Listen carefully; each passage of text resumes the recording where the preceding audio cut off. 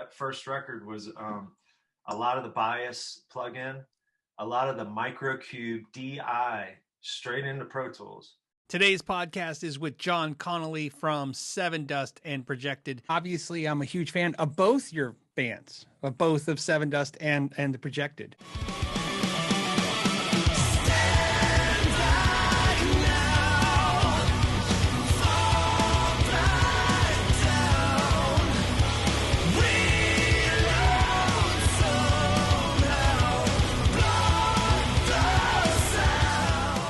In fact, you're another guitar player that when you started your side project, and that's if you what you call it, a side project, but the other band, like all of a sudden you're like, you can sing. and I've had this discussion so many times. It's just, I think it's ingrained into I would consider myself the average viewer that guitar players who don't sing get singers in bands and stuff. Like, it just seems so crazy every time. It's almost like you were hiding all these years, like when guitar players are playing and then one day all of a sudden you hear them singing, you're like, oh crap, why didn't he just sing in the first place? Right. The funny thing was when we first talked about starting Sevendust, even before we had Lejean, there was like maybe like a 3-4 week period of time where we were actually kind of contemplating me actually being the singer in the band. And I was not ready yet. I mean, it was one of those things where it was like all of the pieces of the puzzle were so solid, and I was already kind of hanging on, white knuckling, just playing guitar, switching from drums to guitar. And I was like, wait a minute. I'm comfortable singing and I'm comfortable playing guitar, but I don't know if I'm comfortable doing both of them together at the same time in front of all you guys who are, shredders and great players. And I think at that point in time, it was just like I was super comfortable in my role as being a songwriter, guitar player, backup singer. But there is something to be said about 2 decades of, sitting side fiddle to Lejean. You learn a lot. you learn about what a lot about what great singers do, and not just from the actual physical aspect of singing. It's like just watching him over the past 2.5 decades, how he commands a crowd. Like not even when he's singing. Like when he's not singing is sometimes when, the hairs on my arms will stand straight up just because he'll say just the right thing at the right time, But when we first started, that was something that wasn't supernatural for him. He's always been a type A personality, so it was always in him. But, watching him bloom over the past, few decades is, I think it gave us all the courage to kind of like, all right, I'm not Lejean Witherspoon. I'm not trying to be Lejean Witherspoon by any stretch of the imagination. The same way, Mark Tremonti's not trying to be Miles Kennedy, with the Tremonti Project and things like that. But I think at the end of the day, the songwriting part of the equation was such an important piece of the puzzle that even if I wasn't going to be the singer, I needed to learn how to do it just so that I could at least take part in that part of the process. Because some of my favorite bands, I mean, a lot of people look at me and they're like, oh, he's the guy who's into Pantera and he's into Metallica and he's into Duran Duran and he's into Journey and he's into Foreigner, and everyone's like, whoa, hold on, time out, what's going on here? I've always been really drawn to just a strong sense of melody. I mean, regardless of what the band may be, a band like Journey, they're undeniable. I mean, yeah, a lot of metalheads are like, yeah, I don't know, man, I'm too hard for Journey. I'm like, I don't think anyone's too hard for Journey, man. So yeah, I mean, I think it was just a natural thing following that, that path to the end result in being the best song you could possibly write, and having Lejean kind of guide me through those early stages of feeling things out and just singing behind him, singing behind him for all those years. It was kind of like, all right, maybe I do have a voice, maybe I do have something that I want to say, and maybe I should step up there and actually take a crack at it and see what happens. It's still nerve-wracking, though. I'm telling you, it's not easy. It's like thinking, oh, yeah, you're a stand-up comic, and I got the best joke, and you tell the joke, and it just tanks. and it's like, sometimes that happens, sometimes you're like, yeah, I got this note, and you got to hit the note. It's just like, oh, it's not good. You crack it, you forget the words. That happens from time to time. But yeah, I mean, I think it's all part of that process of just, just trying to grow as an artist. I think my growth rate was sort of accelerated on guitar only because I don't think anyone thought we were going to get a record deal as fast as we did. I'd been playing guitar maybe about a year and a half, 2 years, and all of a sudden we're getting ready to go in the studio to make our first record. And I was like, I thought I was going to have a little bit more of a learning curve. So for me, it was like trial by fire. I was like, okay, I've already been in the studio on drums, so just ignore all that and just focus on all the guitar stuff. So yeah, I mean, it took me 15 years to get enough courage to go, all right, I want to sing this and just see what happens. Let me see if I can crash the car with this one. So yeah, I mean, for me, it's all been about that whole learning process. See, and I think what I think is great about it now, it's kind of like when we were kids and you'd watch all these movies or read all these comics and stuff. And then now they're doing all the stuff they call like world building, right? Or whatever, where they expand out the universe, right? Expanding the universe. Sure. That's what this feels like when you see parts of a band or even parts of bands come together and make other bands. And what's interesting is when you listen to it, you go, oh, this is familiar. Wait, this is different though. This is right. There's these like that world building thing, right? Like you can see parts of the things you like from the band you like, and then you can see this part of this musician who's slightly different. And I think it actually every time since you brought up Tremonti, same concept. It's the first time you hear Tremonti, like I want to go back even harder and listen to Alter Bridge now. Yeah. And hear so you all can pick it apart and kind of figure out, oh, wait a minute, that's him. I always thought it was the other dude. That happens to me all the time. I'll go see a band and I'm sitting there, I'm fixated on the guitar player. They're starting to set. I know what they're going to play. And I go, wait a minute, he's playing that. Wait a second. He wrote that. And then you go back and you have a whole new appreciation for it. But yeah, I mean, I think we wear our hearts on our sleeves. I mean, at this age, I don't think any of us are going to try to completely reinvent what we do. Not unless someone just said, hey, I'm going to be the world's greatest polka star, it's just what I'm into. I mean, if you're really into it, then by all means do it. But I'm not going to try to be a hip hop star right now. I mean, it's like I do what I do and I enjoy doing what I do. Like when I grab a guitar, some of the most nerve-wracking times are when I sit down and go, okay, I need this. And it's just like, that's the wrong way to go fishing, to go fishing and go, yeah, I need this. You don't really know what you're going to get. Sometimes it's really unexpected.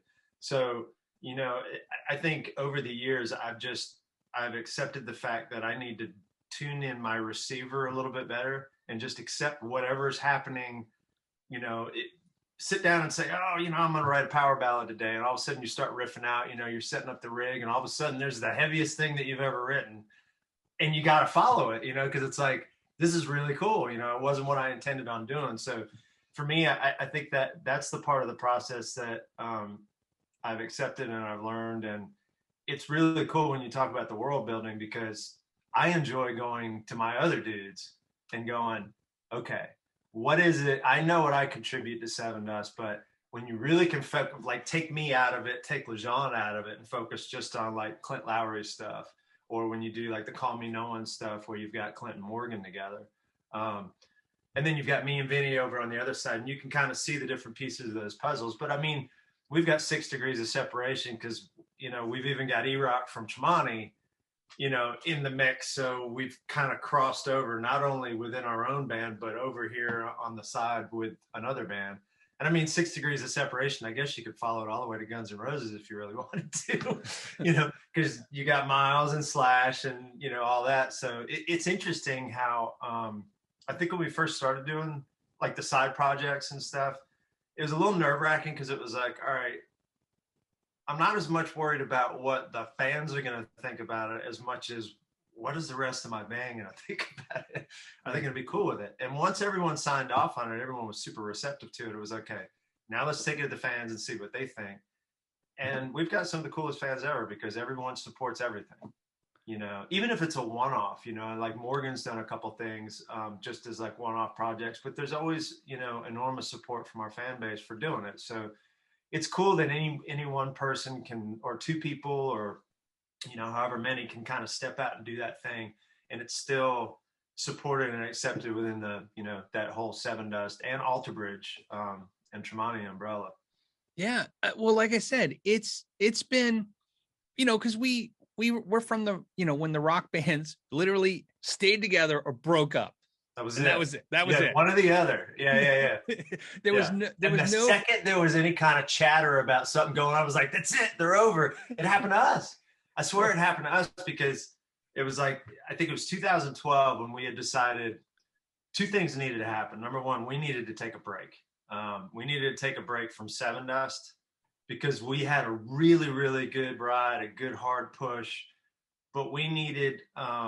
We were kind of looking at a lot of like our touring activity, and we were just, it was just over the top. You know, it was like, yeah, I mean, going to New York City 10 times on an album cycle may seem like a great idea until, you know, your fans are like, Jesus, man, I'm having a hard time keeping up with you guys. So it was like, okay, our fans need a break.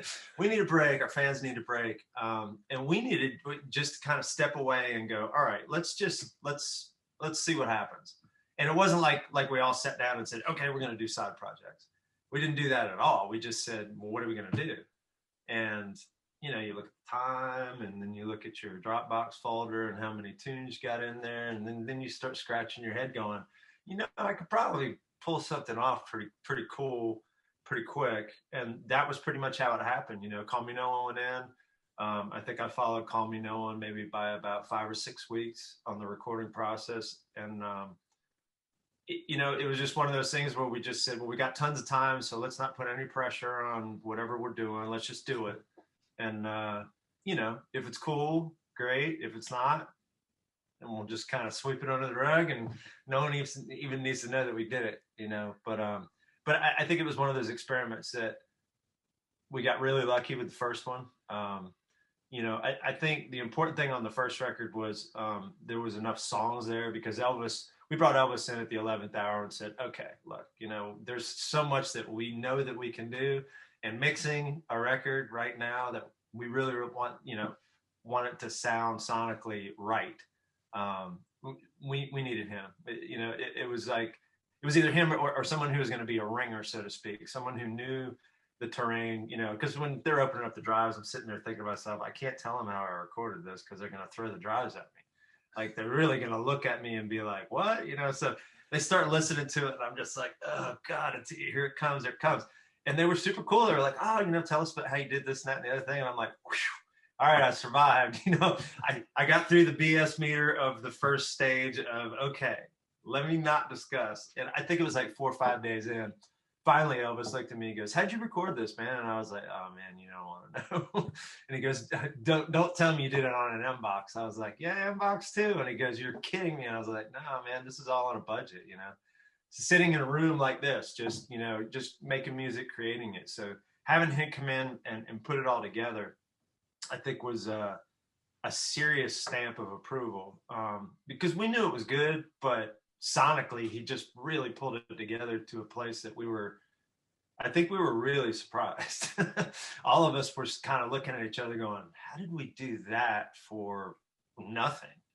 You know, literally, I mean, we didn't record together. You know, the first record was basically me and Flip going in the studio, going through the songs a handful of times till he was comfortable, got those drum tracks, and we took it over to the house. I recorded main rhythms, started putting, you know, some little bells and whistles around in some little key places, and then started working on vocals. And then E-Rock came in once vocals were finished. So it was a very bizarre way to do a record where you do drums, guitars, vocals, and then you do more vocals and more guitars. And then Vinny was the last one. Vinny had a whole record to play bass to. It was the craziest thing ever. He's sitting there, he's like, man, this guy was great. I'm like, it's all there. Like, all the parts are there. So it was a pretty unorthodox way about doing it. But, you know, it was just to have fun. And it was like, all right, if it sticks, it sticks. And here we are 10 years later, and we're still doing it. So I was like, all right, well, I guess it stuck. It worked, you know. What's funny is I love it when musicians like you talk about stuff like using the inbox or talk about stuff like that, because that's kind of why I started this thing I started a few years ago, was this weird thing that started happening with new musicians. And when we started out, there was nothing. You had nothing, right? There was just junk gear and then expensive gear. You had a Tascam or a Fostex four track. Yeah. 8-track if you were really, really balling, if you were the kid on the street who could afford the 8-track. But yeah, other than that, it was a 4-track at best. And what happened was Trey from Fish did an interview one day. This is years ago, and I was watching this interview, and he just made this one comment. And I loved it and stuck with me forever. But they were talking, it was like a rig rundown. They're like, he's talking about his Mesa Boogie amp. And then they get to his 212 cabinet, and he's like, "Oh, I made that out of plywood with my roommate." And they're like, "Oh, is that part of your tone? Do you love it?" And he's like, I don't know. I've just had it forever. He goes, "I probably could get a new cabinet and sound better." He's like, "But I've kind of learned what this sounds like." Yep. And that's where I started going, yeah, you know what? That's what makes sense. Getting every drip you can out of the gear you have, and you understand it. Because think about this. You could use inbox. And like you said, you were nervous, right? Because of that thing. They're like, oh, once they find out what he used. But at the end of it, all that mattered was the result. The result sounded good. Absolutely. Yeah. And 100%. It was like nobody in history is ever going to look back and go, oh, that record was amazing because they used a 59 Les Paul through a 1971. None of that is happening. If anything, I think people would look back on some of the biggest records of all time and they would be shocked at the gear that actually was used. And I'm talking about even guys like Mutt Lange, who can afford, every bit of gear on earth. They're DIing in guitars on one of the biggest selling records he ever did. Literally no amp at all. Let's just go straight in and just they didn't even have plugins back in. I don't know how they were doing it, but the end result is what the end result is. So for us, it was like, it would be nice to have other pieces of gear, but the beauty of doing it that way is now I can really appreciate what those other pieces of gear really do add to the picture. And there are some workarounds. You don't have to have a rack of 1073s to make stuff sound good. You don't. It'd be nice if you had a pair, one, something, but you don't really need it. I didn't use it. And when people listen back to it, they're like, well, why does it sound like a Neve? I'm like, well, that would have something to do with Elvis's Neve being in the mix. That's the color of the mix. So you can play some smoke and mirrors with a lot of stuff, And I mean, honestly, I'm not going to lie, that first record was a lot of the bias plug-in, a lot of the Microcube DI straight into Pro Tools, just running the DI out of that one. I've gotten so comfortable with the Microcube over the years that if you put me in a room with every amazing amp on earth, other than the 2 or 3 that I know how to get in and go too fast, if the Microcube's there, I'm probably going to grab it, only because I can point and shoot with that so quickly. You set me down in front of the wrong Friedman, and I'm like an hour later, and I'm going, I think I got something cool, but I'm not real sure. But yeah, I mean, I think it's just a color, and it's how you use that tool. You look at someone like Billie Eilish, great example. What she did with her brother Phineas in that bedroom, I loved it. The whole time I was going, you see, and my wife's sitting there looking, she goes, aren't those the same speakers and the same setup that you got in here? I was like, pretty much the same rig. Looking at the software, looking at all the stuff. It doesn't have to do with the gear, and it doesn't have to do with that. It has to do with the presentation and the picture. Absolutely. The Beatles wrote all the songs, all of them. And they were all on 4 tracks until they actually, I think they had an 8-track on something, but it was done so rudimentary. You look back on it and you're like, it was about the vibe. It was about the art. It was about the song, So it's cool to get hung up on all the other stuff, but sometimes I'm like, E-Rock's like, heaviest tune we had on the last record was done off that Microcube. We needed something quick, and he wanted to do this growly thing, and it was in Call Me the Devil. So I was like, well, just set up the whammy. And he goes, I was looking around. I was like, I don't have any cabinets plugged in. He was like, oh, let me just do it real quick. We'll just do it as a placeholder. So we threw it down on the Microcube, and we recreated it like a week later, and then we're just scratching our heads going, why is it so much cooler with a micro cube? It's like, all right, leave it alone. Leave it alone. Got to the studio, Elvis never even asked a question. He just fired it up, you know. But yeah, gear sometimes I think can sort of get in the way. Yeah. Especially if you're trying to justify something that you spent a lot of money on. You know, I've done that before. You know, it's always those things that you know, you're not expecting much out of it, and you plug it in, you're like, wow, this is cool, and you use it on a lot. And then there's other times where you spend some money on something, and they're just like, oh man, how come I never use this? You know, so I've actually gotten a whole lot better. Like, you look around my studio, people are like, where's the gear? I'm like, this is it. This is all I need. You know, I don't need much. See, and that's, like I said, it's always cool and refreshing to hear. And especially like now, one of the things I love watching on YouTube is all these people reacting to, they get the old isolated tracks from great songs now and albums. Oh yeah. And almost every time when you listen to these isolated tracks, the track itself is not that magical, right? You know, it's just weird. And you know, here you are, you're picturing this huge sound, and all of a sudden you hear this guitar riff, and it's not that huge. Sure. But it's all of the recording, you know, it's all coming together. It's how they layered it. It's how they cut it. So like I said, it's pretty cool. I mean, you look at, you know, one of the records is still today, hands down, stands out. And I completely freak people out because most non-musicians don't get it and they haven't paid enough close attention. You listen to the first Van Halen record and just pan it all the way to the left where there's no guitar. There's just a little bit of the slap and everyone's like, what's going on? And then you flip it all the way back over on the other side. And they're like, he's only got one track of guitar. I'm like, one track of guitar. And that record arguably is what made him an icon, you know, an absolute guitar hero. The fact that he didn't double it. Right. I was like, okay, that's the cockiest move of all time because that guitar tone is amazing. And he only needed one. You know, he needed one to redefine history. So I sit there and go, okay, cool. You know, it's cool sometimes to get in the studio. You got all the tracks in the world. You're like, all right, we're going to build the wall. You know, we got 2, now we got 4. Let's do 6. And at some point, you're just like, I don't know, man. I'm starting to lose perspective here. I think I just like the 1 or the 2. So that was actually a cool exercise when I went back and I spent time with that first Van Halen record. I was like, I started just pulling all kinds of stuff out of my demos. I was like, unnecessary, get rid of it.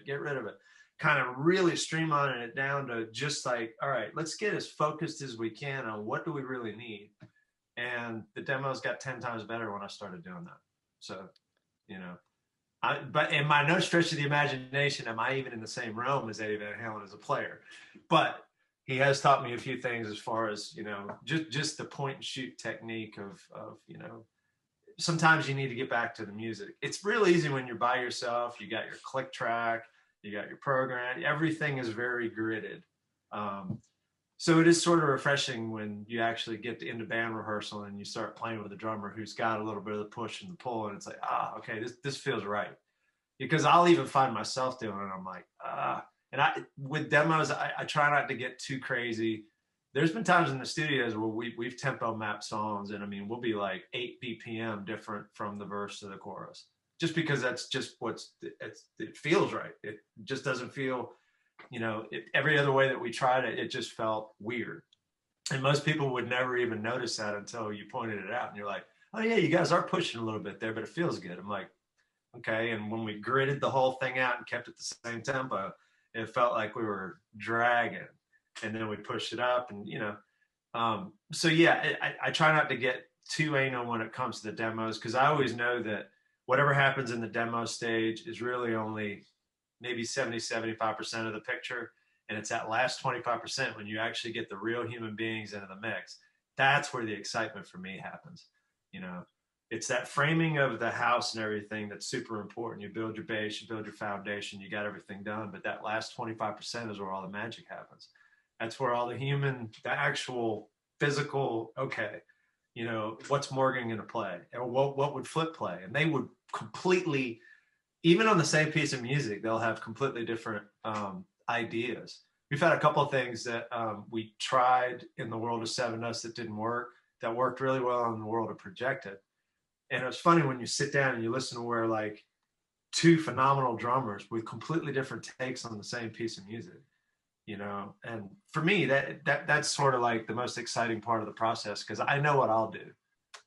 I don't have to worry about what I'm going to do. It's always what Vinny or E-Rock may throw at me, or what Clint may throw at me, and be like, I never in a million years would have thought about that. So for me, that's where the real magic happens. Demo world is awesome, but once you cross that boundary over to all right, let's actually get out of the computers for a minute, and let's get the people, back in the mix. But yeah, I mean, the demo process is it's a lot different than it used to be. I mean, just from a presentation point of view, I can actually play something for someone and everyone's like, sounds like a finished, like completely finished, because the plugins are so good these days, all the gear that you've got in house in the studio. It's just, it's not, I think a lot of people think that there's some, like a lot of magic, and you really have to know what you're doing with it. I think the thing is just time in the saddle. The more you do it, the better you get at it. And the less you do of anything, the better it's all going to sound anyways. Some people look at my stuff, say, oh, that demo sounds really good. And I'm like, I haven't, like, no EQ. Everything's just straight up. Just make it sound good. We're not making a record. I just want it to where everyone can hear everything and go, oh, okay, I get it. But yeah, I mean, just from the presentation point of view, the demos, and I've actually got them in the closet. I don't have a cassette player here in the house, but they have to be pretty funny to listen back to, because I remember listening back in the day going, they don't really sound that good. I don't know why they don't sound good, but you could kind of tell what was happening, and to A/B them to what I'm doing now is just like, it's crazy. Now, I know you were using the EVH amps, but now you're using Kempers, or using both? What are you doing? Sort of a both. It's like the EVH is that one amp that no matter how many times I try, I can't quit it. I tried and I've tried and I've tried. And it's just it's always got a place. It's probably the blue channel on the original EVH, not the Stealth. Not a big fan. I wasn't really a big fan of the red channel. The lead channel for me, it's a lot of fun to play by itself. But when you play with another guitar player, with 5 guys, and we're tuned to like sometimes G or G sharp, that red channel gets lost. It's like, it's a killer channel for playing solos, and it's an awesome channel for someone who's like a single guitar player in a Van Halen or something like that. But the blue channel, on the other hand, never gets lost. So that blue channel on the EVH is sort of just like a benchmark.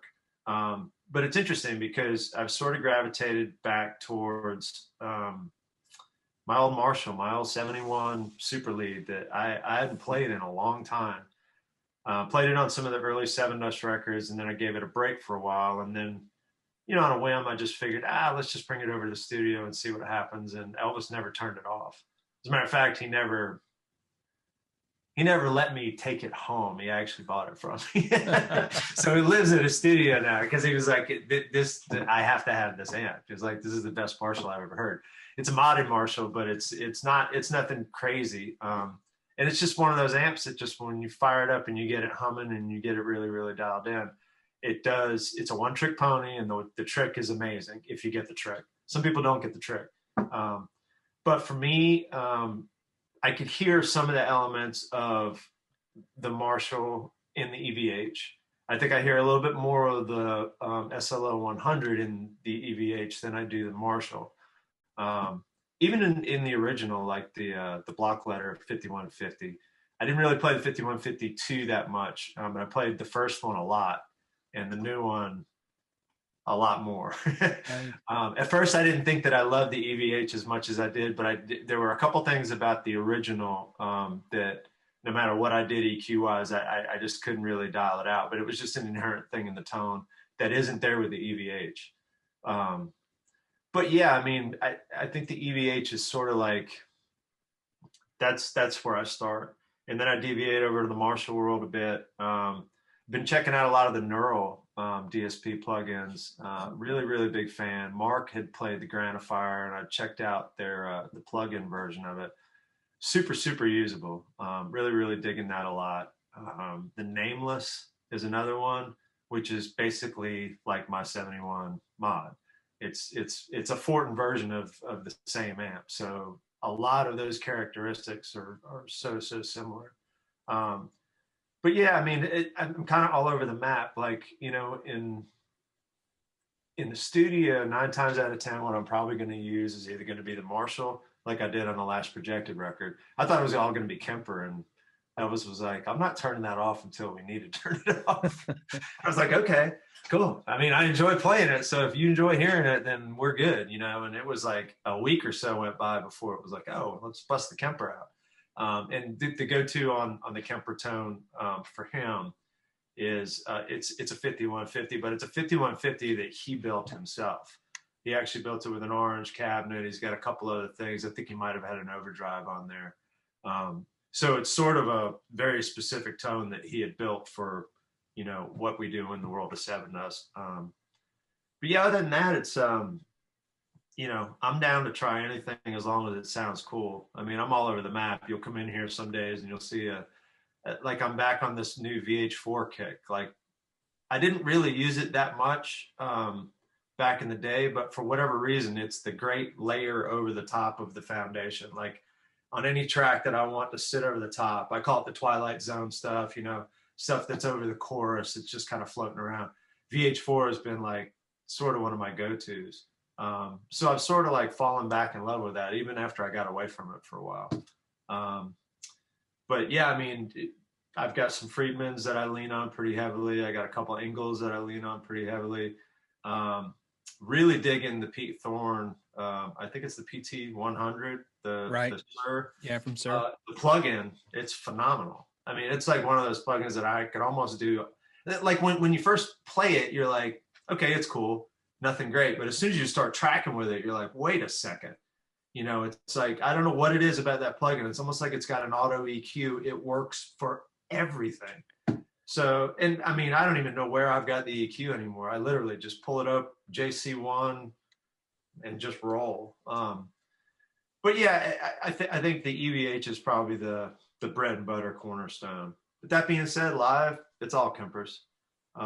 In the studio, it's actually all Kempers now too, because the major advantage of not having microphones out, you know, with a bunch of bodies in the studio is the fact that, you know, somebody walks by and knees that microphone just a quarter of an inch.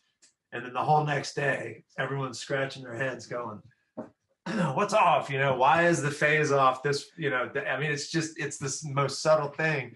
And at first I was like, I think we're overthinking it. And then I could hear it. I'd be like, oh man, this really sucks. We're never going to get that again, are we? It was like, no. So we realized after doing that exercise that it was easier to just retract the part after spending 30 minutes trying to fix it. And then it was like, this is stupid. Let's just use the Kemper and just get the microphone phasing issue completely out of the equation. And Elvis was like totally down with it. You know, he's like, in the studio, it just makes so much more sense because it's exact. If something doesn't sound right, then something is wrong. Something is off. You know, that's the one thing about the Kemper, I think, that that trumps everything. It is a snapshot, a perfect snapshot in time. You know, I mean, I keep, it's funny because I told Mark, I was like, dude, you got all these crazy amps. You need to get a Kemper just so that you can get that tone, profile them all, yeah, and never lose it. You know, I'm like, what happens if you blow a transformer in the Dumble? Good luck finding one of those. I mean, you'll find something that'll work, but it's like, I don't know, man. You know, you blow an old engine in one of those old muscle cars, it's like the new parts are like, they work, but I don't know if you're going to get that same magic. So for me, once I started profiling with the Kemper, that's where the first week I had a lot of buyer's remorse. So I was like, man, I think I might have made a mistake. And I didn't realize when you get the Kemper, it has this weird room setting on, like it was some effect. And I was like, I don't know what this is and I can't get rid of it. And talking with Elvis, he's like, oh, go in there and just turn that thing off. And as soon as it did, everything snapped to the center. And I went, oh my God, this is amazing. All right, now we're cooking with gas. I did my first couple profiles. And after I did the second one, because I did the first one, you push the buttons, crazy sounds. And then it was like, refine, you know, execute, yes, no. I was like, I don't know. I mean, no, we're done, you know. And I listened to it, I was like, oh, this is cool. And then I read, and it was like, the longer you play, the better the profile gets. So I was like, okay. And they're like, if you want more low, play more high stuff. If you want more high stuff, play more low stuff. They're like, the best thing to do is like spend a good chunk of time playing everything everywhere on the guitar. So that's what I did. You know, literally just played for like, I don't know, 45 minutes or an hour, and then hit execute, refine, and I swear I couldn't tell the difference between my amp and the Kemper. Actually, you can, because there's no amp noise. There's no hum coming out of the speaker when you've got the Kemper. So for me, I was like, I don't know. It keeps winning. You know, it's like one of those tools. I think it's really done. It's almost done for what like Pro Tools has done for audio recording, that to guitar recording, because it's made it to where, I mean, all the games have been stepped up for sure. Fractal's been making good stuff. Kemper's been making good stuff. And now all these plugin companies are like, okay, now that we can see the potential of what you can really do with these things, I mean, it's a phenomenal tool, and it's a perfect snapshot, because literally it lives on a thumb drive right there. You know, if I want to go do a session, I grab my iLok, I grab my thumb drive and a guitar, and I go. That's it. Yeah. Well, everything that I would need access for, I've either got moved over into Dropbox, or I've got on one of my drives, but that's pretty much it. I mean, I can't even begin to guess how many guitar tones I have in my Kemper right now. Because at first I was like, oh, I went nuts. And then I went, all right, this is too much. Like, I don't need 30 Herberts. I need one that sounds phenomenal, you know. And you get lost sometimes. You're like, oh, I don't know, man. I got to narrow down to like 7. And then you're like, okay, this is just stupid. You know, you go on a rig manager, and I'm like, what isn't there? You know what I mean? Like, there's so many options. So for me, I really needed to kind of streamline and kind of get it back down to the, you know, the 5 or 6 that I really, really love. But, you know, I'll stumble across a Framus, you know, and just be like, oh, I got to go write a metal song real quick, you know.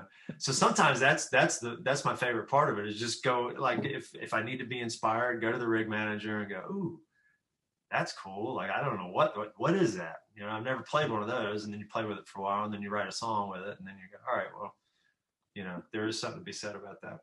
When you're live, what are you using for power? Are you in-ears? Are you using the powered Kempers? Are you running with power amps? I've got one of each. I've got a powered and I've got a non-powered, because we have actually used cabinets on the stage. We did for a while where they were just traditionally facing front of house, and then we started doing the side thing, because when we would rehearse, we would always do the side thing. PA would be going this way, you know, obviously monitors back in. Guitars would be cutting across the stage, bass and drums would be pushing out. And for us, it was just the most natural, normal thing to do. So even when we would pull cabinets out on stage, sometimes we would do them sideways. You get a little better feedback response. You feel connected to the speaker a little bit better when it's there, as opposed to being all the way behind you. But there is something really cool about having a completely clear deck and not having so much volume fighting. I mean, you know, back when we were like, each of us, you know, Clint had 4 cabs, I had 4 cabs, Vinny had at least 2, sometimes 4 cabs, and then the drums. And we're all on ears, you know, and we're just blasting away. And poor LJ's up there, you know, because the ears never worked for him because there was so much stage volume. Now he's on ears. He loves it. He thinks it's the best thing ever. It's like, so comfortable up here. I'm like, it is. And there is something to be said about that, because, you know, when you're 20, you know, 2 years old, you know, you want to jump off the drum riser and, you know, tackle your bass player or whatever, you know, all the cabinets, you want everything going nuts. And then when you turn 50, you go, I really want to be able to hear so I can perform really well, you know, so maybe we should actually turn some of this down. And our front of house engineer has been like, oh, it's like, you've just made my life so much easier. Yeah, for him, it's hands down a win across the board. Like, our mixes across the board, just, he doesn't have to fight anything at all. You know, the only thing that he has to deal with is whatever the actual sound level of the drums and that coming off the stage, and then everything else is in the ears. So it makes his life so much easier. It makes our singer happier. It makes our crew happier because there's no cabinets to be lugging around. You know, we literally roll in one rack. It's the funniest thing. Everyone's like, "Where's your gear?" It's one rack. All the Kempers are lined up in one rack. The guitar, bass, and both me, Clan, and Vinny all in one rack. That's it. And it just sits over there on the side of the stage. Everyone was like, "That's it?" I'm like, "Drum set and that rack and LeJean. That's all we need." So, you know, just from it, I love amps. I do. I'm never gonna get to a point where I don't think there'll be an amp. I mean, I've got a Marshall and an EVH here right behind me. I've always got a speaker cabinet here. I just don't see a point in dragging them out on tour anymore, unless I just go, I have to play that amp on this tour. Like, I just really want to play that amp on this tour. And I could totally see making an argument for that, you know, but it wouldn't be for the long haul, and it definitely wouldn't make our front of house engineer as happy as he is right now. Because that whole little microphone thing, you know, stuff, you know, every day he fires it up and the Kemper sounds like the Kemper. You know, right. We would have to physically go in there and do something different, you know, or change something out, or have something be weird with the guitar. Anytime that he's like, something's a little off, check the input jack. It's usually in the guitar, you know, or at the pedal board, you know, something, you know, simple fix. But yeah, I mean, I fought Kempers for a while because I was sort of being pulled. I think it was being friends with Mark. I was being pulled more into the, you know, you go over to his house and he's got something really, really crazy, and you play it for one, and you're like, yeah, screw those Kempers, man. It's all about the real amps. And then you go on Rig Manager and I go, hey, dude. I call out Mark. I was like, I got 40 of that amp, man. These are great. And he was like, what? You know, like, yeah, you know, it's like, I think it's just a better tool, you know, for what we do. Even making records. I mean, I always said it would be an invaluable tool when you're out on tour, but I don't know if I would ever do it in the studio. I don't know if I wouldn't do it in the studio. You know, especially when you look at the engineer who's like, please use the Kemper. I'm begging you to use the Kemper. And the producer going, please use the Kemper. I'd really prefer to use the Kemper. He's got one of those Auxes, which are killer. You know, yeah, I have an Aux. And yeah, to me, it's kind of like, yep. Yeah. To me, it kind of like, because I have a Kemper as well, and the Aux, and I have the 2-notes captor, which is slightly different because it's reactive, you know, reactive load box. But the Aux, the first time I played the Aux with one of my amps, I almost said it like, oh, it Kempers my amp. Like, it basically, because it does that same thing. It takes out a lot of the variables of your amp that were out. You know what I mean? And I love them both. I think they both do something cool. That's the thing, is like, you know, I mean, for me to enjoy it, it's one thing, but for me to go to the studio and see Elvis have two of them sitting there, and he opens up the iPad, he's like, oh, no, because I'm like, what are we going to do for the, you know, because I was like, you want to use the Marshall? Well, what speaker are you going to set up? And he was like, oh, no. Just sit and learn. He fires up, and I'm looking in the iPad. I'm like, ooh, what's that? He goes, this is the Aux. I'm like, okay, I've heard about this show. And then he showed me, and I went, all right, I got to have that too. Like, you know, another invaluable piece of gear especially for the home studio. You know, it's like, if you wanted, there's very few ways that you can, who's making one?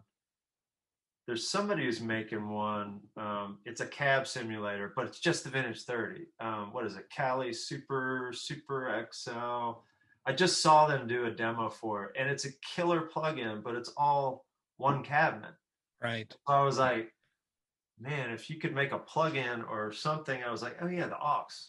I mean, you've already used it. That's what it is. So it's like, I need to pull the trigger and get one over here at the house, because that's the beauty of it, is just being able to take that amp and manipulate it in a different way. You know, sometimes it was just as simple as switching from a 412 to a 212. Yeah. You know, or an open back, or just a positioning. You know, he'd work the pad and just sit there and smile and be like, wow, that sounds great. Let's track it fast, you know? But yeah, man, anything that's going to make that part of the process smoother and easier, you know, I don't fight that stuff anymore. I used to. Oh, if it doesn't have tubes, you know, you got to get rid of it. You know, oh, we're doing everything on tape. And I'm like, I think that for me, the thing that it was the most defining moment is when I realized, and I had a discussion with a studio owner and a producer we were working with at the time up at Tree Sound in Atlanta, because Paul D, the owner, he's a very purist type of guy. Like, he really doesn't use tools much. It's mostly tape. It's mostly analog, which is great. It's awesome.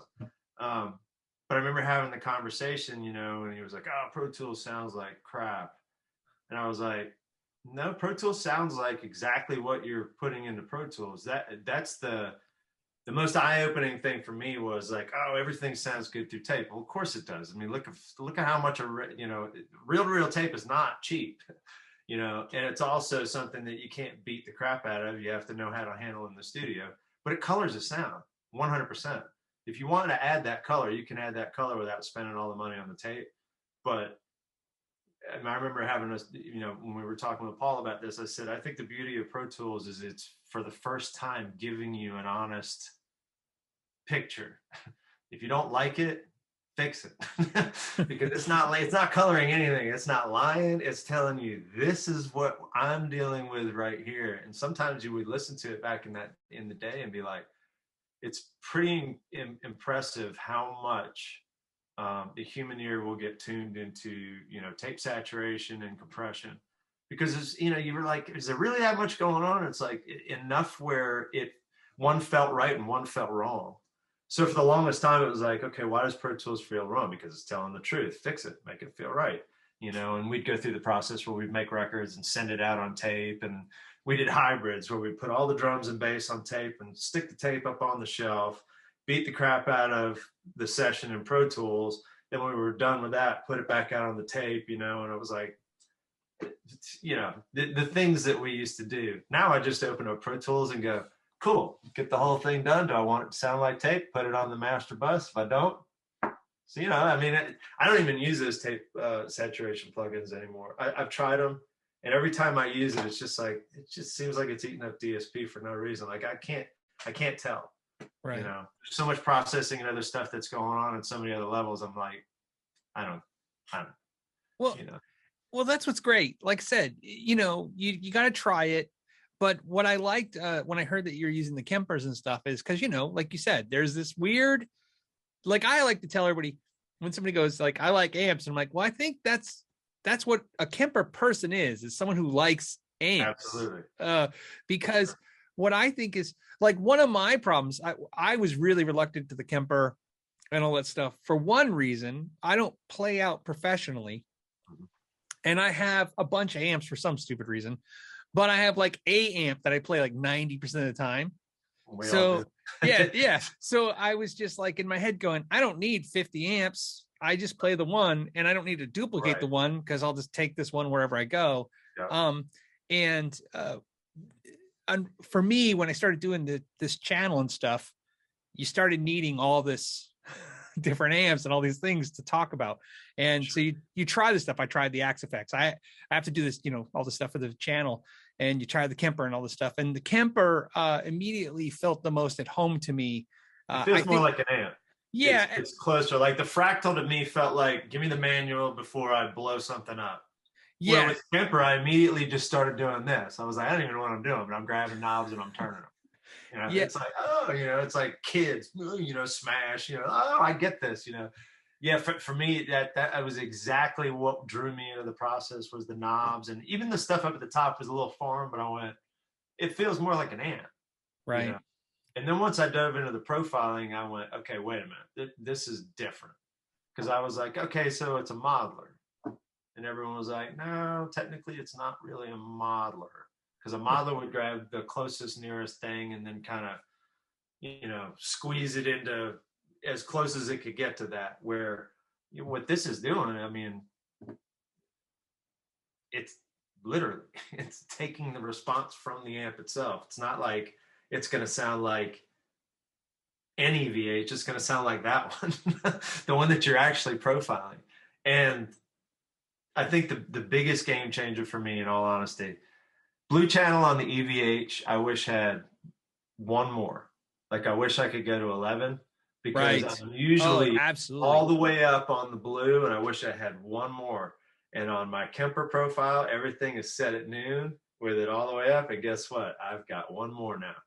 So it fixed the problem because I was talking with some of the folks over at EVH. I was like, is there any way, you know? And they're like, well, we can mod it, you know, we could give you a hotter tube. And I'm like, I don't want to start doing anything weirder. I just need just a little more, like to the point where I could throw like a compressor pedal or maybe just a boost, just a clean boost on there. But I was like, I don't know. Anytime I do that, I just wish that channel had it. And now it does. You know, literally, as soon as I got it into the Kemper, my eyes, like the light bulb went this big, and I went, there's the problem. And I turned it up, and it was just like, oh, yes. It was the perfect amount of gain. So, yeah, I mean, across the board, I think as far as a tool goes, it's just, I don't think we're going to see any less of them. No. It has been a minute since there's been a big splash though. Like when Kemper, I remember when Fractal came out, it was sort of like, there was a lot of resistance. But when the Kempers came out, it was weird because it was like, it had a slow build and then they were everywhere. Everywhere that I went, I was like, okay, I really need to, you know, Clint was already on board with it. I kind of started playing around with it and then we started using them live. And then it was just like, you know, just happy crews unloading trailers with no cabinets going, this is amazing. This is great. Yeah, I mean, there's just been so many wins across the board. I love it on top of the fact that it's just a tool, literally. Like, I think it was Mark that I was talking to. I was like, okay, yeah, the Dumble, yes, 100%. That is, it's a piece of history. Like, there's no other one like that. The thing about the Kemper is, all right, if it breaks or something happens, you either update the software or use that one. Like, I don't care which one I'm using. For me, it's like, it's almost like the computer. It's just the tool to do what I need it to do. And when I fire it up, even when Mark fires it up, he sits there and he's like, man, there's some magic, there's some kind of voodoo going on because I'm telling you, this is an amp. And I'm like, yeah, it feels like an amp, doesn't it? And he goes, no, it feels exactly like an amp. And I'm like, well, that's because it's profiled from an amp. I love it. I love it when I see bands now, and you see it more and more. One guitar player has got the Kemper, and one still got a real amp. You know what I mean? Oh, yeah. and they both sound great. You know what I mean? Sure. Well, that's Tremonti. That's how Tremonti does it, because, you know, Mark is, and, you know, the funny thing is Mark was like, you know, it was like, I should get a Kemper at least for the studio. I'm like, you should get a Kemper for the studio and to just go over to Elvis's, like when he's got some downtime, take a few days and just go profile all your amps. Just make a snapshot of the ones that you go, okay, if there were a nuclear, you know, bomb were to hit my house while I'm out on tour and nobody was home, but all my amps disappeared, which ones am I going to go, oh my God, they're irreplaceable. I wish I had that tone. I always want that tone. And I told him, I was like, even from the perspective of how many times have you changed your tubes? He goes, don't even say it. And I'm like, how many times? And he goes, yes, you changed the tubes and the tone of the amp is completely different. And I'm like, dude, you need more Kempers in your life than you think you need. You know, but I was like, no, dude, you need one. You need one just to sit there, and then you need your, you know, just get a flash drive, put them all on your flash drive, back them up, put them on a shelf somewhere, and if God forbid anything were to happen, you know, on top of the fact that I was like, there's a lot of amps that he's owned that he just hasn't absolutely 100% fallen in love with, but he's like, I kind of wish I still had that one around for this or that. Yep. Take the snapshot. Yep. You know, take the snapshot and just always have it. You know, that for me is worth the price of admission. It's like, it's never going away. Not unless you delete every version of it that's ever existed anywhere, you know, which for me would be a lot. You know, both the live Kempers, my drive here, the flash drive, there'd be 5 versions I'd have to go and dump, you know, because I've, you know, back up to a backup and all that stuff. But yeah, I mean, I think at the end of the day, it's a tool that sounds legit. Like, people don't know the difference. And I think that's the most important thing. I think that's what really kind of pushed it over the edge was it had, you know, Line 6 pods were great when they first came out because it was like, okay, it's not an amp, it does something different. It's sort of usable in a weird, like, plasticky kind of a way. This doesn't have any of that, like none of it. Like when you take the pod and you go to the Kemper and be like, okay, version 1, version current, and haven't had an update in a minute. I'm like, all right, what's the new thing that's coming down the pipe?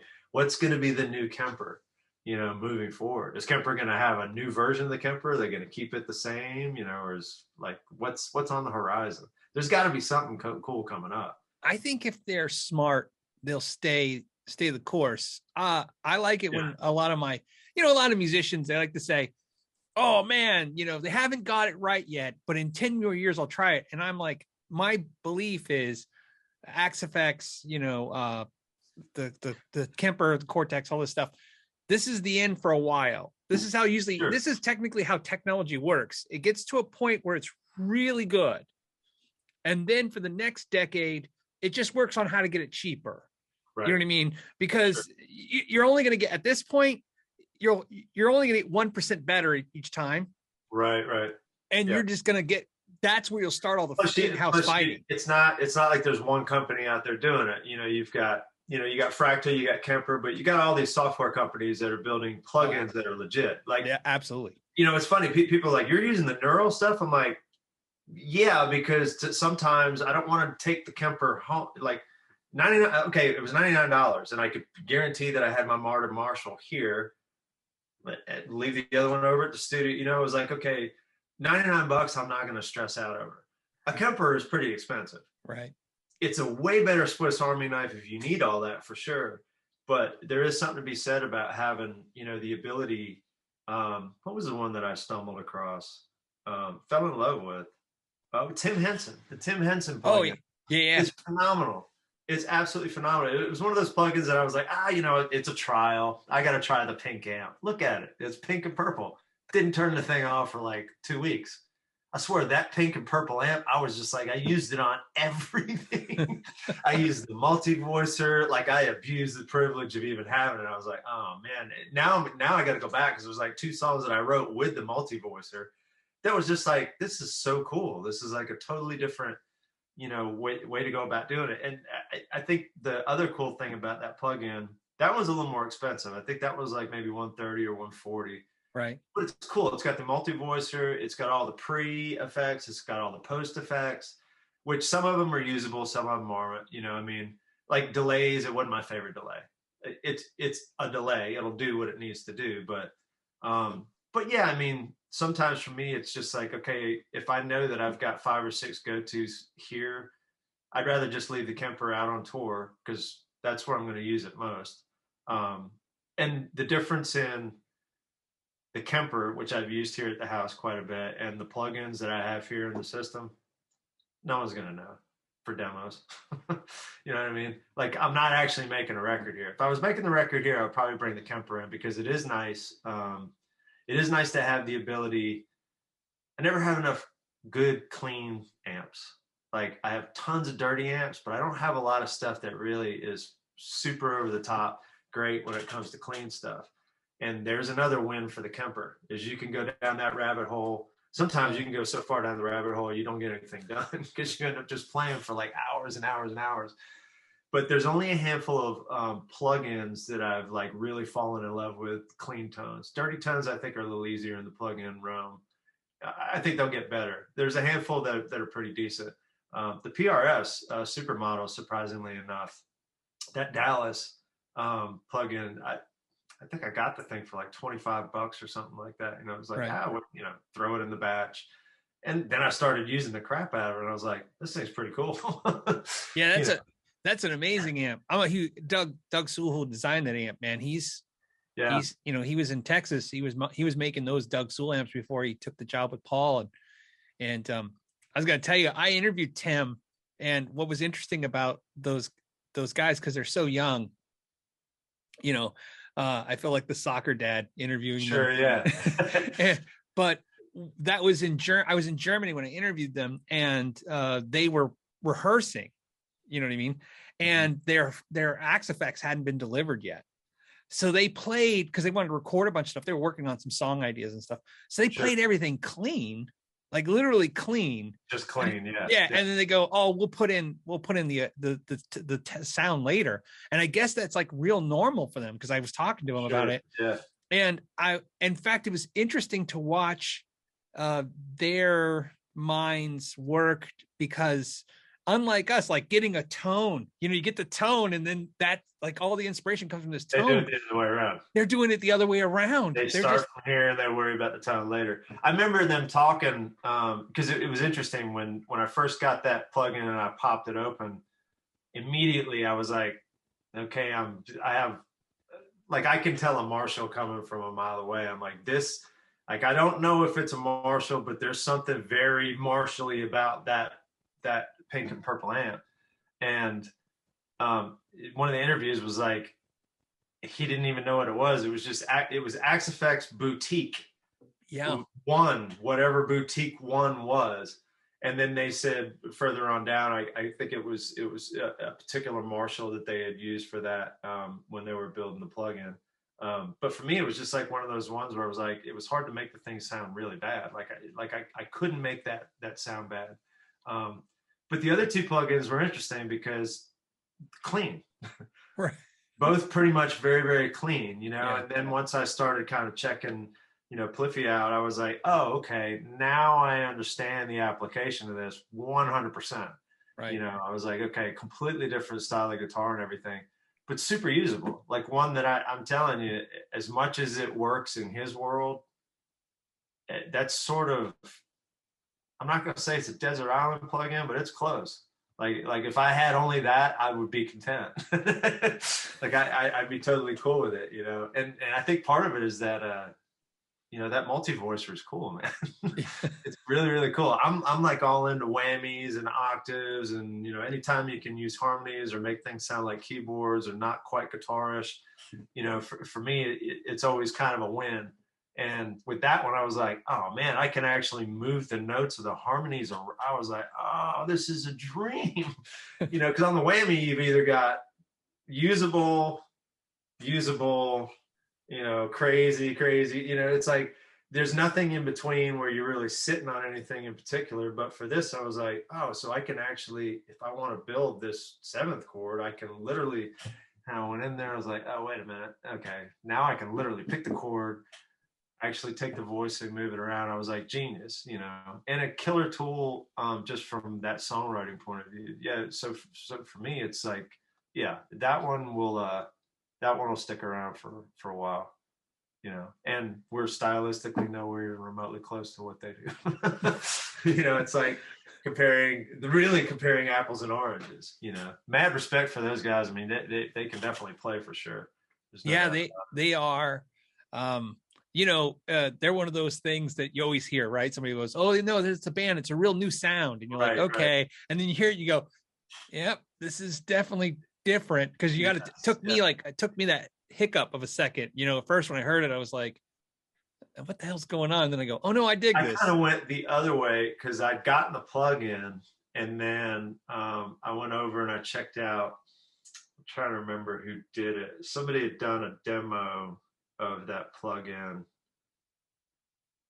So I was on YouTube anyways, checking out the demo, and then I just went down his rabbit hole. Yeah. Like, not really the band. So I was just watching him play for like, I don't know, an hour and a half, 2 hours. And I was like, I need to find out what this band sounds like. And then I went back and I actually put the band and went, oh, okay, now it's all starting to make a lot of sense. But yeah, man, I mean, it's crazy. You got all these young kids, and I think that's another testament to where technology has come. You got all these young kids that are happily embracing all of it. Like, yeah, have no problem in playing through an amp, but have no problem playing through a fractal or a Kemper or a plug-in. And like you said, it all, like, they're focused on this. They don't even care about the rest of that stuff, which there is a certain beauty to that, because I mean, now you're sort of at the point where you can reamp anything, even the way that I track, like when I use the plugins, I started doing it old school way, saving DSP, where I would actually print. And then I went, wait a minute, this is stupid. Like, these are demos. I would literally just open the plugin. So the only thing that's actually on the track itself is just DI guitar. So it can be changed at any given point in time. If I send it over to Elvis and he goes, I don't like the sound of that amp, cool, fire it. Put whatever you want on there. It's just a DI, which he's always asking for anyway. So I'm like, okay, so there's another win, but yeah, even with the Kemper, we would do the same thing. You know, I'd run a DI channel out, so he'd always have just completely wide open, which I don't know how much he would use or he wouldn't use, but just the fact that you don't have to commit to any of that until you're done. Yeah. I mean, you get your drum sound and you can literally audition bass tones for 2 days, 3 days, 2 weeks, however long you want. You know, I mean, it could probably get insane after a while. You know what I mean? Like you finally get to the guitar and go, I don't know about the phasing on the bass. Let's go back a week and, you know, listen to everything else that we had. But just the fact that you can do that, right? Know, going back to the Fostex and the Tascam days, you know, we were just happy to keep the cassette in there and the thing didn't get stuck where you had to take the pencil out and kind of, you know, wind it back in there and do all that stuff. You know, why does it sound so bad? I don't know.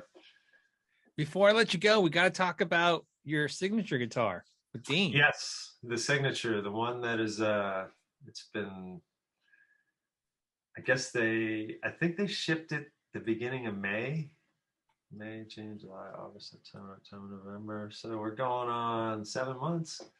So is it? I heard this. Okay, I heard it's on a boat floating out in the ocean. It's in transit somewhere. So we're gonna, you know, there's only so many places that it could be. If it's coming from, well, let me see. Those imports are coming from. I believe they are coming from China, either China or Korea. It's somewhere in Asia for sure. Right. Yeah, they shipped it in May, so we're going to assume that it's out there on one of the boats somewhere because it had to come across. So it's sort of like one of the most frustrating things in the world because we're going to do a USA version. This is an import that we're waiting on, and we wanted to get a test of, you know, we did sort of like I don't want to say watered down too much, but the US is going to have some bells and whistles that we're going to be a little over the top to be able to pull off at the price point. Right. We're experimenting around with LEDs on the US. I'm a little concerned about how much of the cavity you actually have to pull out when you actually put the panel back in there, because I'm used to having a lot of real estate. Like the more wood, the better. Right. You're talking about for like LED lights on the fretboard? The lights on the fretboard, yeah. There's a channel that comes back out of the back of the neck, which isn't too bad. And then there's a chunk of the actual body that they have to pull out when they actually put the panel in. I don't think it's going to be that much of a deal breaker, but I know that there will be less wood in the US than there would be in the import, because the import, I think we're going to do glow in the dark, which we've done those on a couple other guitars that I've done with them in the past. Sustainer in the bridge. I'm going to try something different since I literally don't even know if half of my I'm sorry, sustainer in the neck, not the bridge. Half of my neck pickups. Like I only need a neck pickup when I know that half of my neck pickups probably don't work because I haven't used them in years. It's like tick, tick, tick, tick, you know, real scratchy and everything. We're gonna put the sustainer in the neck, and then you know, once we get that import in, hopefully it's all dialed in, and we don't have to go through this process again, because that would suck to have to wait another 6 or 7 months. But yeah, it's basically just to sign off and make sure that we've got the import version, because I mean, we're going to sell a lot more of the import versions than we are the USA's. Sure, of course. It's hard to argue the price point with the quality of the instrument that you can get at that price point. I mean, I love my USA's, but some of my favorite guitars that I play on stage are imports. You know, the attention to detail is just, you know, it's a lot better than it used to be. You know, when I first started playing guitar, when you're playing the budget level guitars or import guitars, you know, other than an Ibanez or something like that, which obviously they're nothing but import because they're based out of Japan, but the quality of instruments are just so much better than they used to be, you know. I've reviewed now. I have 800 reviews, and I can tell you after a while, it's tough, right? It's a weird gig to every week go, okay, I'm going to talk about a guitar again. How are you going to talk about a guitar again and again and again? Yeah. And the reality of it, looking back now, is that, again, like I said earlier about the 1% better, that's the problem. Like, I honestly believe, from everything I've, you know, reviewed for all these years and worked on and stuff, like you said, the American made stuff, the higher end stuff, it's just better. It always is better. It's never even a question of if it's better, but the distance of how much better it is not only keeps closing, but it's just not that huge of a difference. And if it matters to you and you got the money to pony up, you should do it. Sure. But if you don't got the cash, or if you can't reasonably, make that commitment of that kind of amount of money, you're right, that's man. The thing is like, I don't really care who you are. I mean, even if you're not worried about money, if you're going to commit, $3 to $4 grand on a guitar, that's something you probably need to run by the wife. You know what I mean? Like, just letting there's going to be a pretty sizable amount going out. Trying to convince somebody to spend $800 to $1,000 is a little bit of an easier conversation, especially for the guitar player who needs more than one guitar. Like the working, gigging guitar player. You've got so many cool pieces like PRS with the SC, and Dean with the import versions. I mean, you could mix and match. You could have one of this and one of that for half the price that it might cost you to buy a US. And the proof is in the pudding, man. You bring them in the studio and you actually make music with them and they actually show up on records. That's the thing. Right. I look at a lot of the imports and be like, there's a handful of imports I've seen just as much work just because they were just killer guitars right out of the box, just something that we never put down, never, turned off.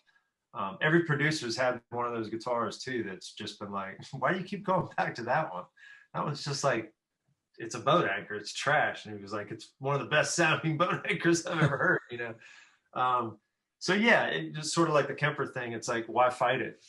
It's like, oh yeah, absolutely. I really do enjoy the craftsmanship of the USA stuff, but this import stuff has gotten so much better. It really, really has. They were actually doing, I don't know if they're still doing it, but Dean was actually, at one point, they were doing the import version, US, and then they had a Japanese custom shop, which sat right in the middle. So if you were willing to spend between like $1,500 and $2,500, you could get, those Japanese custom shops were nice, man. They were really, really nice. But even back from the days that I was playing Ibanez, they made great guitars. It might not be your cup of tea, but they make a solid instrument for sure, and they always have. So yeah, it's nice to be in a day and age where Gibson's back, finally back from the dead. Making good quality instruments again. Which is sort of where I cut my teeth and I started in the first place. But it's nice when you have a bunch of people over here saying, well, rock is dead.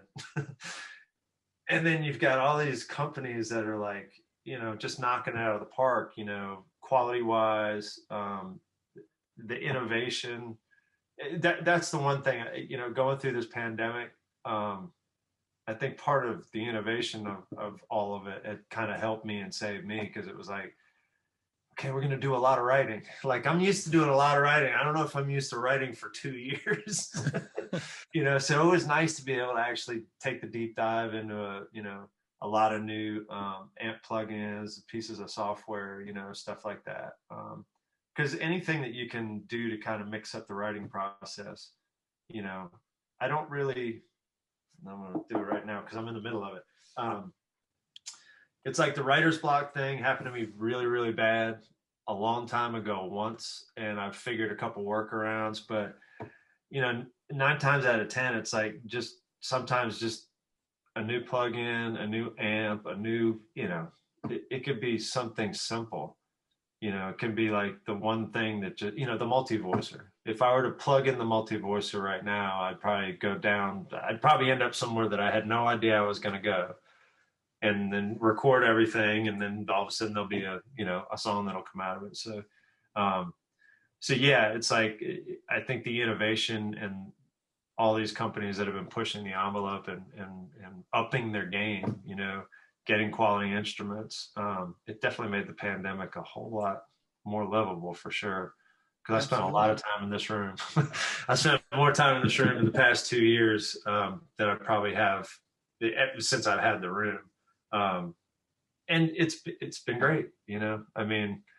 It's not ideal. Not touring is obviously something that everyone sort of had to get their heads wrapped around, but that's only part of what we do. I enjoy touring. I love being in the studio, but I also really enjoy the creative part of the process, you know. And there's days where I'll come in here and I just beat my head against the wall and nothing happens. You know, I'm pushing everything, smacking everything, just walk out of here super frustrated. I'll come in the next day and within the first 13 seconds, all of a sudden it's like, boom, song's in your lap. There it is. You know, fasten your seatbelt. I'm not sure how I got here. Like, I don't know what changed. So, yeah, I mean, kind of like fishing, you know, you always have best intentions when you go fishing. This is, what am I going to get today? You know, or how many am I going to get today? I saw somewhere you were training for a triathlon, right? Or something Yeah, like that. I've done a couple. I'm actually, the triathlon thing is sort of on pause only because we have no idea what our schedule is going to look like next year. Now that touring is kind of starting to open back up again, I know we've got probably spring, early summer. We've got a few commitments that we're going to be doing. I'd love to get another 70.3 Ironman in, but they're expensive.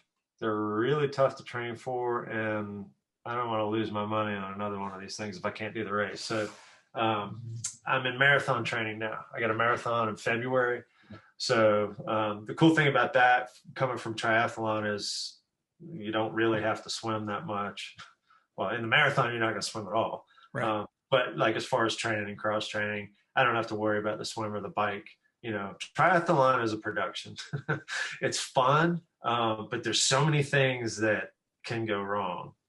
With a marathon, you put your shoes on and you go out and run.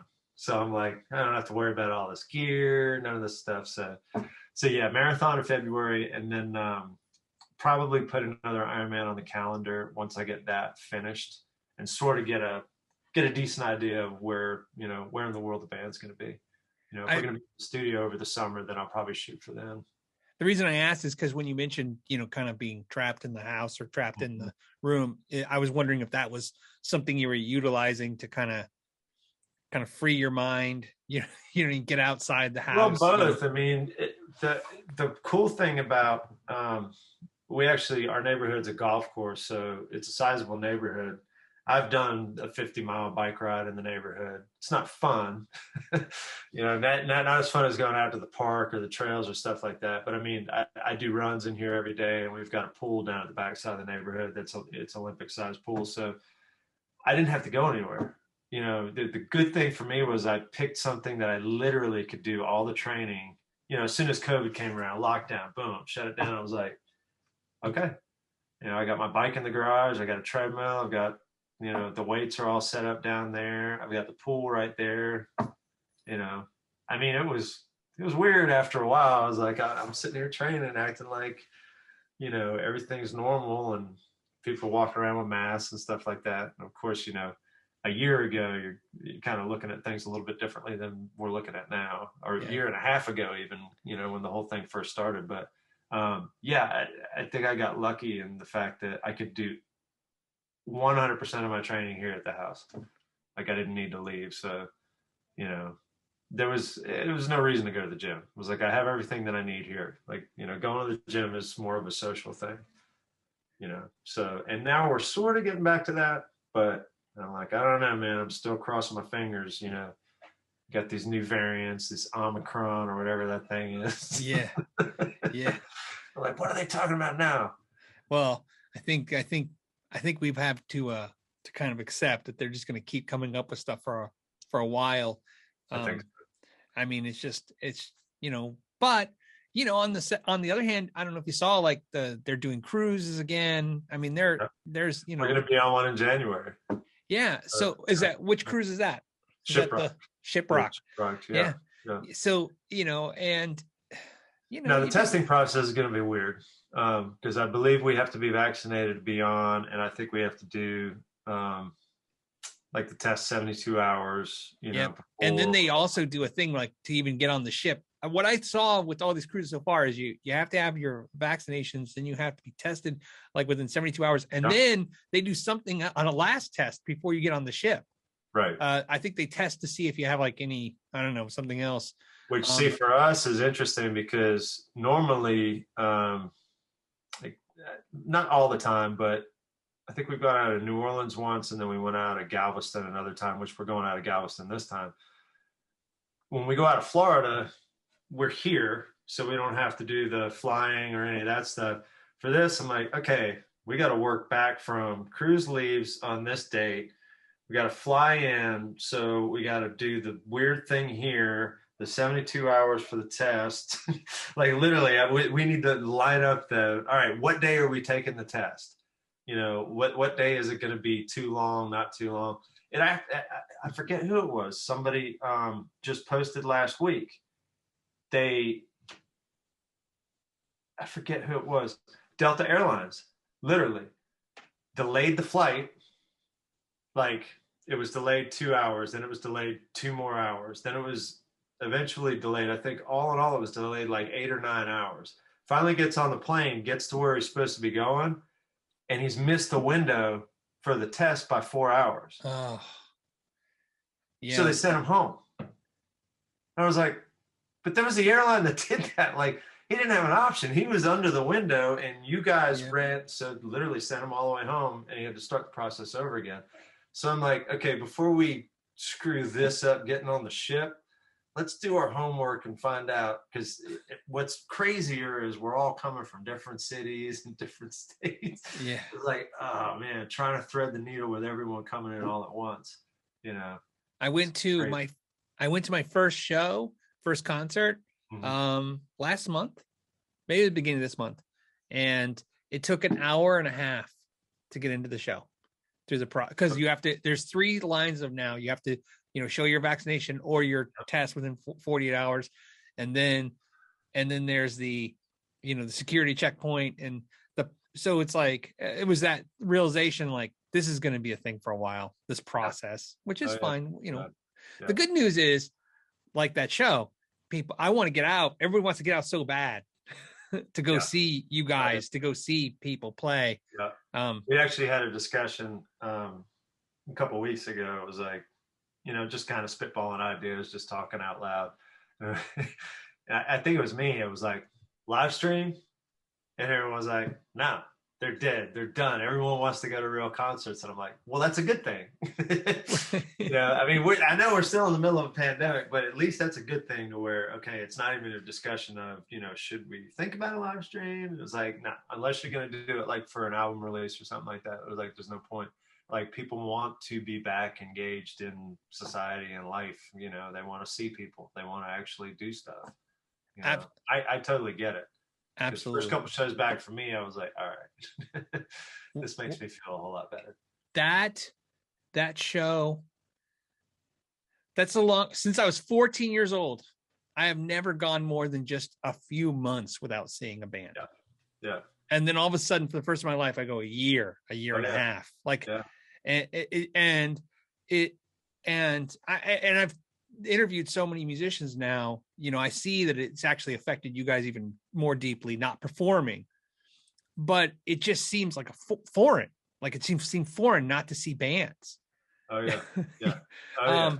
And absolutely, like I said, I don't care, if I have to do a test and have a shot and get a booster and put a duct tape on my face, whatever it takes. I realize that there's that part of the part of my joy in my life, watching perform music, especially because like when I started last couple of years watching all the classic bands before it was too late. And because we're starting noticing now the older bands, it's not even that they might pass away, it's just they're down to one member now and stuff, Right. And then I think how we're getting all robbed of this. So I think I agree with you. I think that literally it's gonna be floodgates. I was interviewing another musician the other day, and they were saying that Live Nation is expecting in next year the numbers to almost triple in what they're going to do in volume, because of the fact that everybody's and I feel that way as a fan. I feel like I'm like, man, if Sevendust is anywhere near where I am right now, I'm going to go see you guys. You know what I mean? It's crazy, because it's like you had all of these bands that were locked up. Sevendust might have been the only band that had like teed it up perfectly for the pandemic, because we finished the record in November and we were shut down like 3 or 4 months later. So ours was in the can. Like, right. We didn't have to be in the pandemic, so we didn't write a concept record about COVID or anything like that. Which, when I was doing the projected record, I was like, no, every other band on earth is going to be writing about the same thing. So even though I know you're inspired by current events, you can't have it just be about that. But yeah, man, I mean, we shut down with a record in the can, and 6-8 months in, it was like, this is the longest we've gone without playing. And that was a weird, realization, because we stopped in August. No, I'm sorry. It was like July. We did the record August, September, October, finished in November. Yeah. So, okay. We shut down from July, and then we were shut down till the following July with no end in sight. So yeah, it was basically 2 years, which for us is an eternity, Right. So we teed it up right in the fact that the album was timed to where it was like, okay, at least we'd have it done. But we'd already been off tour for 6 months at that point. So we were sort of like chomping at the bit, ready to go. And it was like, oh no, wait a minute. You might as well go and get comfortable being at home a little bit longer. But yeah, it's like, I think the whole world is just sort of ready to, get back to something, figure out, like, is it going to be endemic? Is this something that we're going to deal with every year? Yeah. Okay. Is it like, you get your flu shot, you're going to get your COVID booster every year? If so, fine, sign me up. Yeah. It's like, oh, you don't know what's in that shot. I'm like, you don't know what's in half the stuff you're putting in your body, and you're worried about that. I want to get back to life. Yeah, that's my attitude as well. I'm whatever. I'm not happy about anything, but I want to. Yeah. I just want to get back, to enjoying those things, because once you take it away from people, I mean, this pandemic has been tough on everyone, but there's a lot of people who like really, really struggled, through this whole thing. Whether it be people in our industry or people who just, they need that social outlet, that social environment. I'm more of a loner, and, doing triathlon, you sort of have to be, because there's a lot of people like, no, I'm not going to ride 50 miles with you at 5 a.m. It's like, oh, okay, cool. So for me, I was sort of like, okay, I'm already sort of in that mode and checked out. But I tried to imagine that I wasn't. I was like, I don't know how, I don't know how people would go a year and a half without doing the things that they love to do. Got buddies of mine, that come and see us, but they see every other band too. They'll go to 250 shows a year, Right. And that's like, that's what they do. Yeah. Like, you don't understand. This is what I love to do more than anything. And, to completely take that away from people, I think people are over it. I think they're completely over it. I think numbers will probably spike, through the holidays, just because people are sort of over all of it. But I spent my whole life as a typical fan. I spent my whole life buying CDs. That was the thing. That was the ritual for me all the time. Right. Payday, CDs. Right. You go to Sam Goody, you go to Tower, whatever. Right. You get music. And that, literally like junior high, right. Till, for decades, until, of course, slowly your CDs collection stuff, it gets dwindled down to the fact that you're just now, you're using Pandora, using Spotify and stuff. And I always like to say this, just in case, I always like to say this publicly.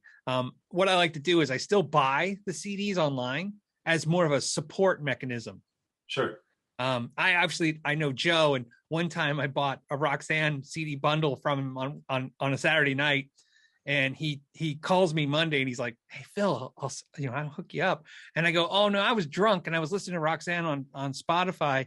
And I thought, these guys aren't getting paid shit. So I'm just going to order the CDs. So right. Because out of a guilt mechanism, because obviously I'm on these same platforms and I get like a penny per 1,000 views, kind of deal. Sure, right. Yeah. So I understand the concept. It takes a lot of mileage to get, get 100%. this. Yeah. And but what happened with me was once that thing was taken from me, I was like, oh, I can't not do that. I just spent my whole life doing that.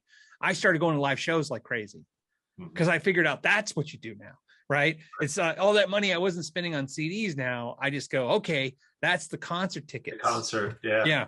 And so I literally in the last, let's say 15 years, I probably went to 100%, I don't know, more concerts than I ever went to before. Before it was maybe 2 or 3 a year. And then all of a sudden it became 12 a year and then, 20 a year.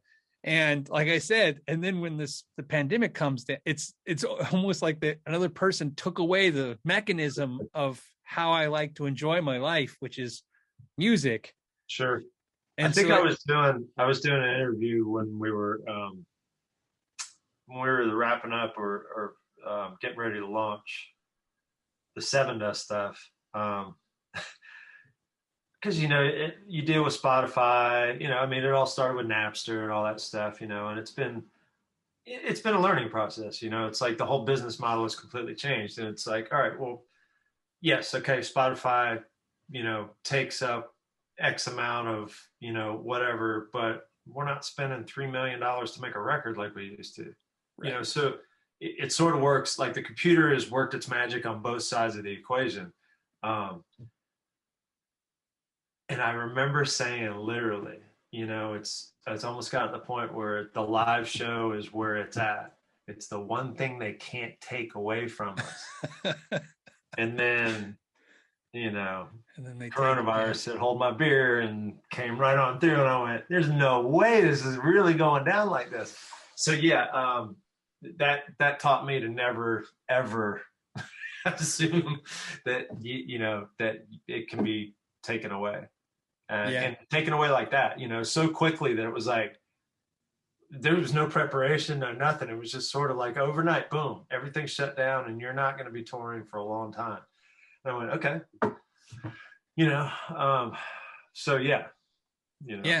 And note to self, don't ever assume anything is, secure and perfect and is going to be around forever. Yeah. But the good news is I really believe there's a lot of us out there that are like, all right, I'll go to the show. I'll wear the mask. Like I said, if you're going to tell me, get a test, get a shot, wear a mask, all of the above, wash your hands, stay 2 feet from everybody, whatever that takes. Well, then I'll just do that to go see a show. Yeah. You know what I mean? And there's enough people. I know everybody else is extreme in 2 different directions, but I think there's enough people down that center idea that it's like, you're not going to stop me from enjoying my life again. We obviously we had to figure out how to deal with this, but I think at this point we kind of know now, right? Just sure. I tell people, like, I now liken, and this is dumb, but I liken COVID to skydiving. There's just now a set of things you're going to do if you want to make sure you. Sure, yeah. You know what I mean? Yeah. That actually makes a complete sense. It's like, when March of 2020, we were all going, everyone's gonna die. We're all gonna die. Right. And now we're like, well, no, you're not gonna die. It could suck for a while, and you might have to, do a treatment, or if you can stay on the front, or if you've been vaccinated, it probably won't be that bad. It's like, there's so many different things that we can do, and we're learning, and obviously with these different variants and stuff like that. But it's like, at some point, I think we're all just gonna, say, hey, well, we have to figure, life has to continue, somehow or another, shutting the whole thing down, because they're talking about another shutdown, and I'm like, I don't think any economy is going to be able to withstand any kind of a shutdown. Like, I don't know if we're going to be able to. It's going to be a minute before we can pay for the last one, right? And I'm like, you want to do another one?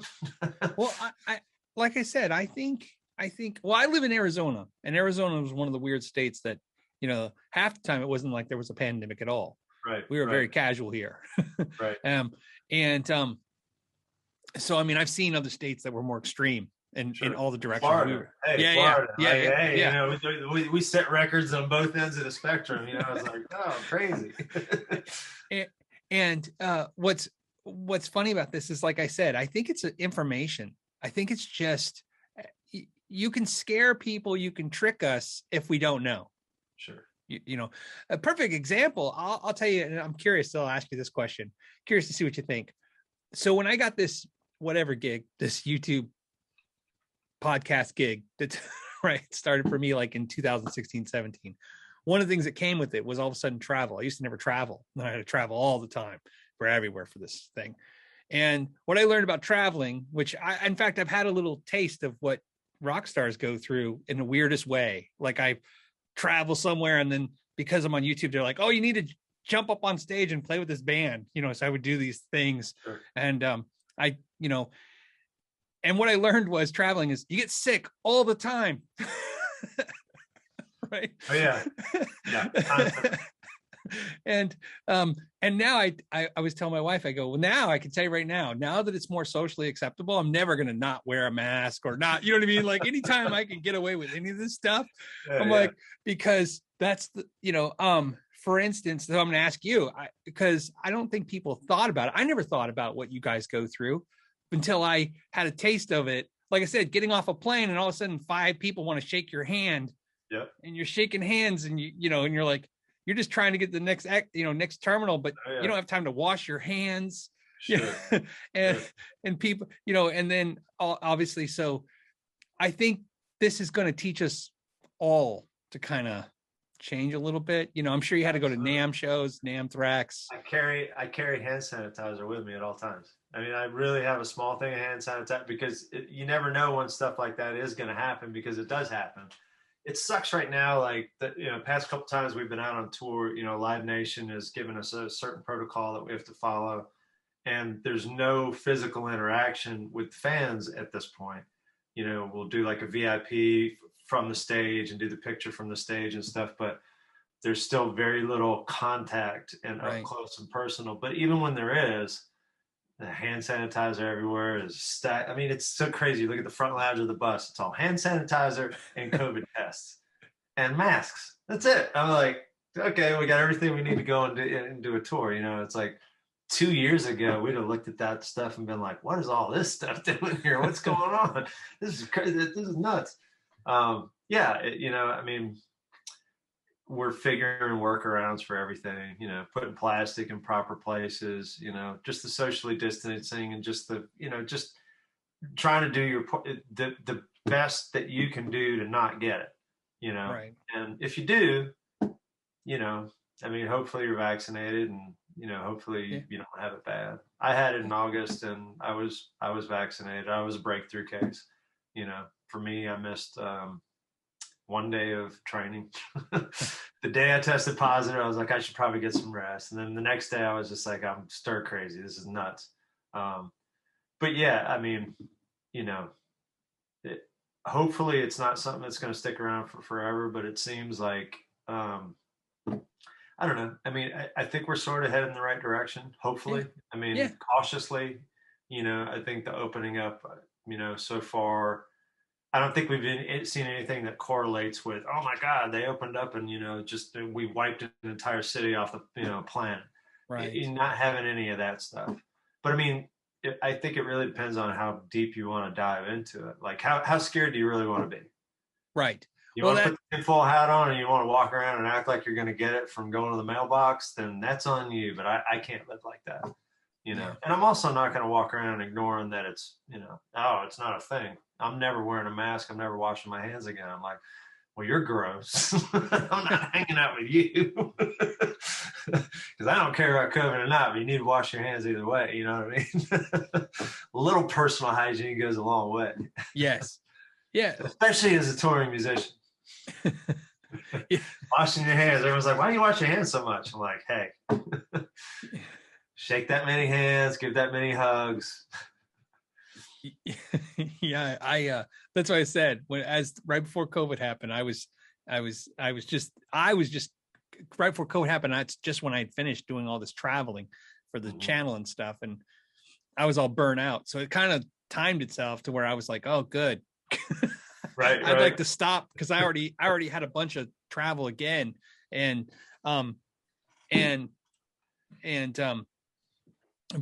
I always like to, I don't know why I say this. It's just to tell everybody. It's funny. I haven't had a cold since COVID. Well, that's good. Yeah, because I was already kind of, before I was pretty neurotic. You know what I mean? Like I said, when I would shake people's hands, I learned to never touch my face or anything with my right hand. So I'd always shake hands with my left hand. And I'd have you talk about sanitizer. I figured out you could keep sanitizer in one of those squirt ones, and you could one hand squirt it in your hand and like wash your own hand this way. That's awesome. So I'm gonna have to try that. I've never even thought to try that. I always use the two hands. All right, one hand. All right. Yeah, I just started doing that because, like I said, the first time I started traveling, all of a sudden I got I came back from one of the trips and I got the flu, right? And you're like, what was that? Yeah. And then a couple months later, I got the flu again, and I was like, what the hell's going on? And then a bunch of my friends who are actually touring musicians are like, oh man, dude. Oh, yeah. We used to get sick all the time, and then we realized, okay, this is on us. You just gotta, have exceptional hygiene. And then I went through a period where, it was up until COVID, it was a good 5-year stretch that I'd been sick. It was really, really strange. But that just goes to show you how much we've, I'm not gonna lie, there have been a couple of VIPs that we've done in the summer. Right.